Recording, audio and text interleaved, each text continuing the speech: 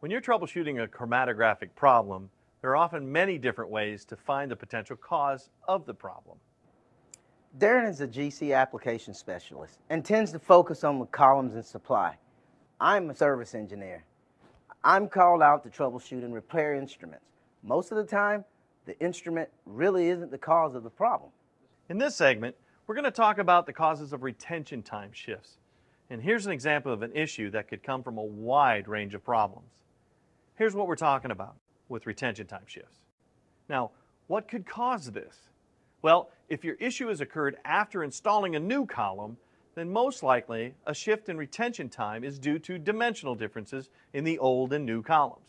The previous column was likely trimmed during inlet maintenance, and so the new column is likely longer than the old one.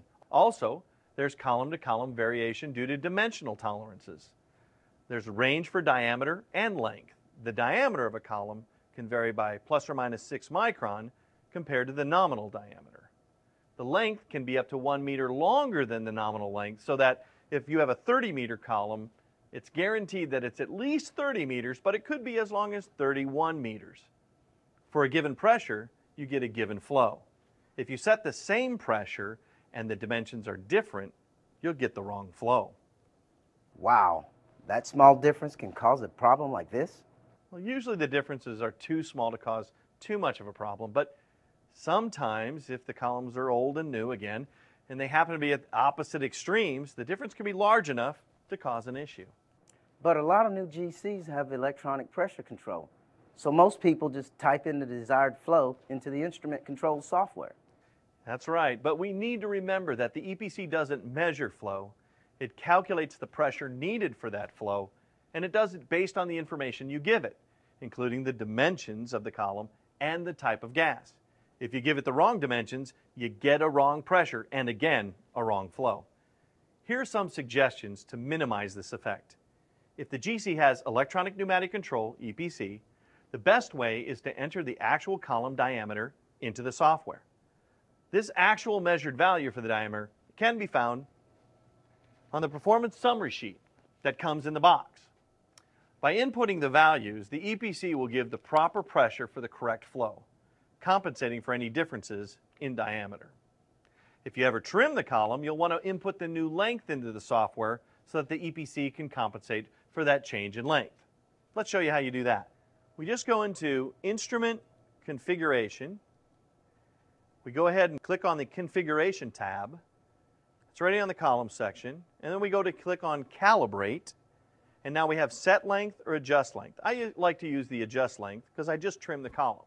I go ahead and go in there and I figure out how much did I cut off, and I know that this is a meter and that's a half a meter, and I probably cut off, I don't know, 2/10 of a meter. And that's good enough. I mean, it's close enough. It'll give us a good estimation. So I put in 0.2, I hit OK, and my new length now is calculated on the column. And that'll go all the way up to the top. In fact, it'll even affect the pressure that I'm using to drive that flow so that I got the same flow rate as I used to have.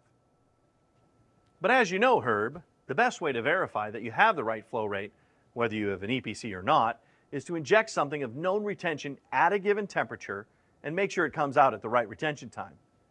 Usually an early eluting peak is the best choice. The old school method is still the most reliable.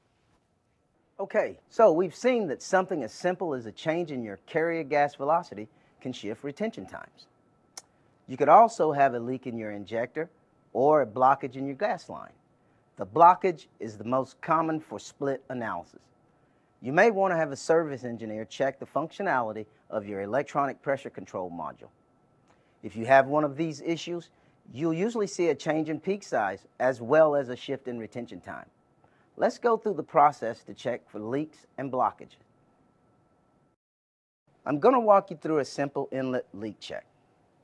It can help you catch a leak from a loose fitting or bad seal, things that happen when you install a column or replace a liner, or after the first few temperature cycles of the oven. There are 3 things I like about this test. It doesn't take much time.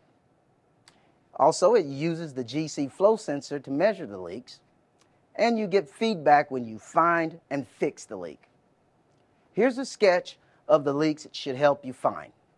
it finds leaks at the inlet column fitting, the gold seal, the split vent trap housing and the vent line, the septum, and the septum nut. First, we need to check that the column dimensions are entered accurately into the GC.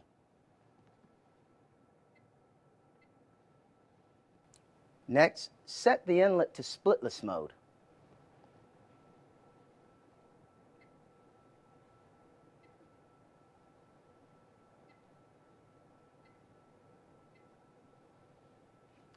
Set the purge flow to 50 mils a minute.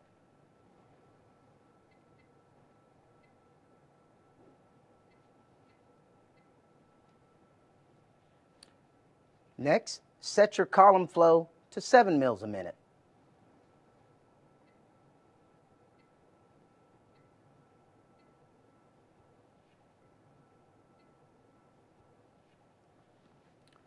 Set the septum purge flow to 3 mils a minute, then allow the inlet pressure to stabilize.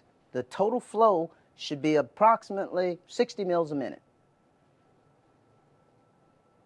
You may have to adjust the inlet pressure to achieve your set points of the column flow. Press the prep run to shut off the purge valve. This is the split vent flow. And then change the inlet configuration. You may have to press it twice if your GC is not ready.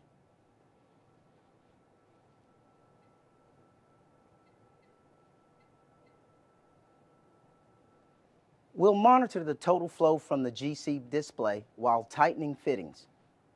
If the total flow is much greater than 10 mils a minute, there's a leak or your column settings are not accurate. Okay, we have a leak. Tighten the fittings and watch the total flow reading. Over-tightening the fittings could also be a problem, so use caution. I'm going to start from the top of the inlet and work down. First, the septum nut.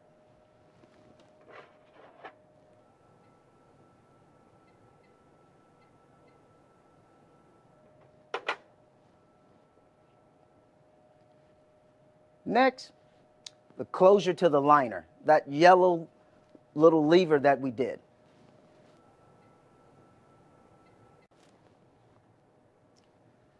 That's not it. Now I'll try the column nut.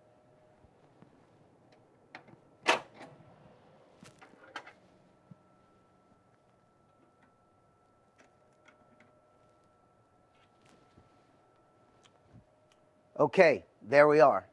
You see how the total flow has dropped to less than 10 mils a minute? This is probably good enough for our example. Oh, one more thing. What we did was the manual way to run the test. If you're lucky enough to be using Lab Advisor, you could select the appropriate GC and run the prep run leak check. If you see a problem, you'll want to replace the line. Now, of course, there could be other reasons for retention shifts. There could be a large change in your sample concentration, or splitless injection purge time has changed. Sometimes, if you have a large change in your sample injection concentration, it will manifest also as a retention time shift. The column becomes overloaded, and so the solute cascades forward, giving an earlier retention time than expected. Just check your inlet flows, injection settings, syringe size. Just make sure nothing has changed, which would cause an increase in sample injected. If it was working before, it should work again, if nothing's changed. But if you now have a higher concentration in the sample than you dealt with before, you may need to dilute the sample to get it into your working concentration range.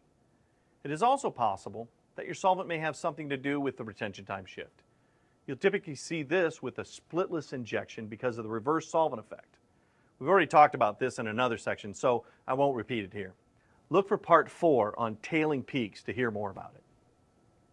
If your splitless injection purge time has changed for some reason, you could see a shift in retention as well. Check to see that all the settings are correct, and if needed, change them. Lastly, the obvious reason for retention time shifts would be a change in temperature. This can be tricky since in a temperature program run, which is what most analysts are doing, any change in flow is also a change in temperature. If you're going faster or slower with the flow and changing temperature at the same time, then the compounds you're chromatographing are going to be experiencing different temperatures. This will definitely affect retention time and could even switch retention order. And nobody wants that. If that happens, we won't know what's coming out when. Make sure you check all the flow and temperature settings against your method documentation to make sure you don't have any errant settings. Starting temperatures, hold times, ramp rates, as well as flow rates can prove to be critical, especially if you have closely eluding peaks or a complex mixture for a sample. Again, injecting a standard or component of known retention is the best way to verify you have the correct flow, if all the other settings are correct. Okay, that about covers it for retention time shifts. To recap, 1. For new column installations, check the exact dimensions of the new column versus the old column, and be sure to enter the right dimensions into your instrument control software. Do a leak test, then check for blockages. Double check the concentration of the sample you prepared and correct if needed. Also, check for solvent compatibility. Check your purge time and make sure it hasn't changed. And finally, check all of your flows and temperature settings against your documentation. We're making our way through all these common GC troubleshooting issues that we see. Next, let's look at changes in peak size and loss of sensitivity. Lots to discuss there too. Okay, let's get to it.